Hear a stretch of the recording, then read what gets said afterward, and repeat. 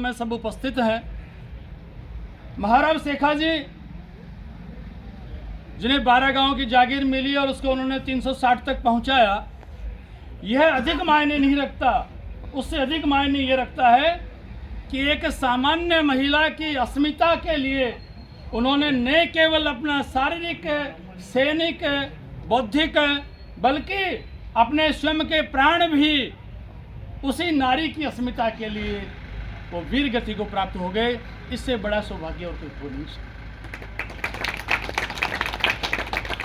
महापुरुष सर्व समाज के होते हैं, किसी एक जाति के नहीं हैं। ये तो व्यवस्था के अंतर्गत ब्राह्मण, क्षत्रिय, वैश्य और शूद्र चारों अपने अपने धर्म का पालन करते थे और उन चारों वर्णों के अलग अलग धर्म के पालने में सर्व समाज का हित अंतर्निहित। बदली हुई परिस्थितियों में, बदले हुए समय में हमें सिर्फ अपने पूर्वजों का गुणगान करने से काम नहीं चला। आज हमारे लिए एक दूसरा सौभाग्य और भी है कि उसी अयोध्या के सूर्यवंशी राजाओं की वंशावली में 84वीं पीढ़ी में भगवान राम हुए हैं और उन्होंने आज ही के दिन लंका पर विजय प्राप्त की थी और उसके उपलक्ष्य में हम विजयादशमी उत्सव मनाते हैं और शस्त्र पूजा भी करते हैं। हम सब इस बात से परिचित हैं कि भगवान राम लंका में जब गए, नंगे पांव गए थे, कुछ नहीं लेके गए। जब माता सीता का अपहरण हो गया, नहीं तो उन्होंने राजा भरत को संदेश भेजा कि आके मेरी मदद करो, नहीं उन्होंने राजा जनक को संदेश भेजा कि आके मेरी मदद करो। मैं जो हूं, मेरे पास जो साधन है और जो स्थानीय साधन है उन्हीं को मैं काम में लूंगा। ये इस बात को प्रमाण करती है। विशेष रूप से युवकों को और विद्यार्थियों को इस बात से प्रेरणा लेनी चाहिए।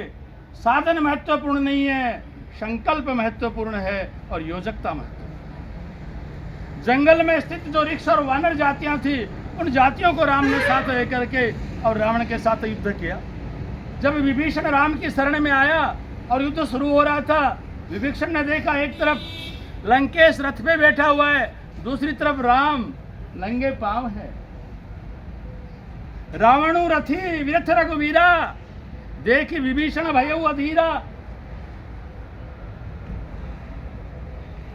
लेकिन एक ही क्षण में विभीषण को याद आ गया, जब मैं पहली बार राम से मिला तो राम ने मुझे लंकेश कहकर पुकारा था, इसलिए राम को सामान्य व्यक्ति नहीं। वो नंगे पांव, इसका मतलब ये नहीं है वो साधनहीन है। तो साधनों का महत्व नहीं है, संकल्प का महत्व। राम ने उस संकल्प से रावण पर आज ही के दिन विजय प्राप्त की। 9 दिन हम शक्ति की पूजा करते हैं, दुर्गा की पूजा करते हैं और विजयादशमी से के दिन यह अपेक्षा रहती है कि हम शक्ति का प्रदर्शन करें। बदली हुई परिस्थितियों में शारीरिक शक्ति का आज महत्व नहीं रहा। बदली हुई परिस्थितियों में व्यक्ति और समाज के लिए सामरिक शक्ति का भी महत्व नहीं रहा। सामरिक शक्ति का महत्व राष्ट्र के लिए तो है, लेकिन व्यक्ति और समाज के लिए नहीं है। इन बदली हुई परिस्थितियों में आज बौद्धिक शक्ति, मानसिक शक्ति और आर्थिक शक्ति का महत्व है। इन शक्तियों का हम संचय करें, क्योंकि बिना शक्ति के कोई नहीं। एक संस्कृत में कहावत चलती है, अश्वमनेव गजमनेव व्याघ्रमनेव च नेव च अजापुत्रम बलिम दद्यात्। देवो दुर्बल घातक। देवता भी कमजोर आदमी के लिए घातक होते हैं, शक्तिशाली के लिए वो भी घातक नहीं होते हैं। यदि किसी देवता को बलि देनी होती है तो न तो हाथी की बलि दी जाती